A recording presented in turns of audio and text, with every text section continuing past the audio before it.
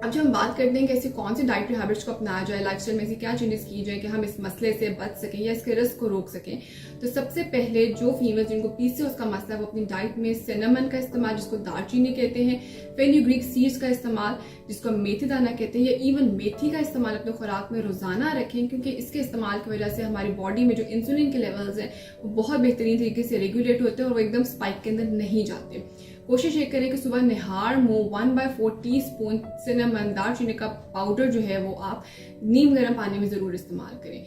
अगर आप दालचीनी का पाउडर नहीं पसंद तो आप मेथी दाना इस्तेमाल कर सकते हैं। मेथी दाना खाने के और भी बहुत से तरीके हैं कि आप उसको खाने के ऊपर स्प्रिंकल करके भी खा सकते हैं, मेथी को इवन कुक करके भी आप इस्तेमाल कर सकते हैं।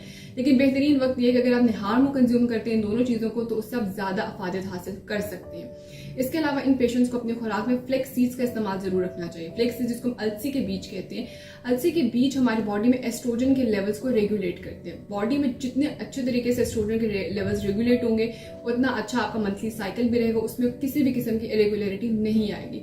इंपॉर्टेंट बात यह है कि आप किस वक्त इसको कंज्यूम करना है। बेहतरीन वक्त निहार मुंह है, लेकिन अगर निहार मुंह आप दालचीनी इस्तेमाल करें या मेथी दाना इस्तेमाल करें तो आप बेशक फ्लेक्स सीड्स को अपने खाने के अंदर भी इस्तेमाल कर सकते हैं, रोटी में इसको पकाकर इस्तेमाल कर सकते हैं, खाने के ऊपर सिंपल स्प्रिंकल करके इस्तेमाल कर सकते हैं। टोटली डिपेंड करता है कि आप इसको किस तरह से इस्तेमाल करना चाहते हैं। लेकिन शुरू में आपने इसकी क्वांटिटी को एकदम से नहीं बढ़ाना, बहुत छोटी अमाउंट से इसको स्टार्ट करना है, 1 पिंच से स्टार्ट करना है और फिर ग्रेजुअली इसको अपने कंसल्टेंट के रिकमेंडेशंस के अकॉर्डिंग आपने बढ़ाते जाना है। इसके अलावा पीसीओएस वाले पेशेंट्स को अपने खुराक में फाइबर वाली चीजों का इस्तेमाल करना चाहिए, छान वाली चीजों का।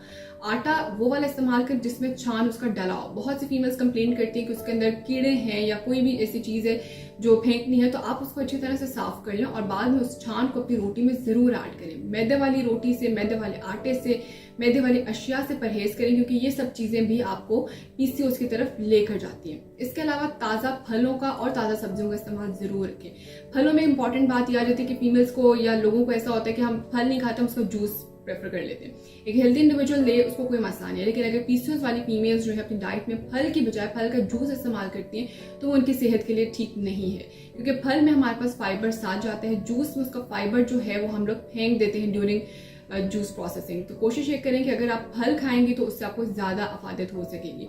सब्जियों में कोशिश करें कि ऐसी सब्जियों का इस्तेमाल ज्यादा रखें जो आपके पास लीफी वेजिटेबल्स हैं, जो हरी सब्जियां हैं जिनमें फाइबर की अमाउंट ज्यादा है। आलू का इस्तेमाल, अरवी का इस्तेमाल, शलजम का इस्तेमाल अपने खुराक में कम रखें, क्योंकि एक तो ये सब्जियां थोड़ा सा वेट पुट ऑन की तरफ भी लेके जाती हैं और दूसरा पीसीओएस को कम करने में इनका कोई इतना इंपॉर्टेंट रोल नहीं है।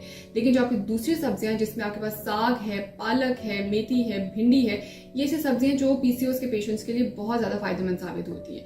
इसके अलावा चिकनाई के बारे में जब बात करते हैं तो चिकनाई में ऐसे गोश्त का इस्तेमाल करें जिसमें चिकनाई बहुत कम हो, और रेड मीट और मटन के इस्तेमाल से परहेज करें। दूध ऐसा इस्तेमाल करें जिसके अंदर मलाई, उसकी चिकनाई जो है वो बिल्कुल खत्म हो गई हो। और दूध और इन सब चीजों की जो रिकमेंडेशन है वो टोटली डिपेंड करते हैं कि पेशेंट का वेट कितना है, उसकी हाइट कितनी है, फिजिकल एक्टिविटी कितनी है।